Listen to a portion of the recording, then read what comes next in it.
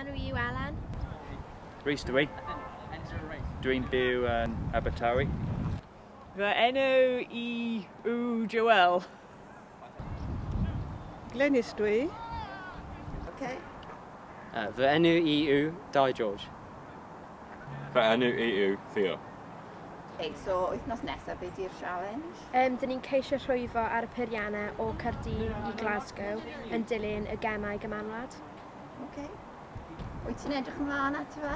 Ydw, fi'n meddwl bydd e'n cyfle rili dda i fel hybu'r clwb, achos dyn ni'n clwb eitha fach, bydd e'n neis i fel pobl o gwmpas Caerdydd cael gwybod bod ni yn bodoli, a falle os mae rhywun gyda diddordeb yn rhwyfo, allan nhw trio ceisio ymuno. Mae 5 tîm o pobl yn cymryd rhan mewn sialens, ac dwi'n meddwl bod dwi'n cwblhau y sialens. Ble byddwn ni'n neud y sialens?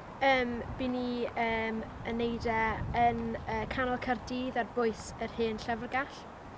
Yeah. Bydd y Clwb Rhwyfo yn cymryd rhan mewn y sialens i codi arian am elusen crau.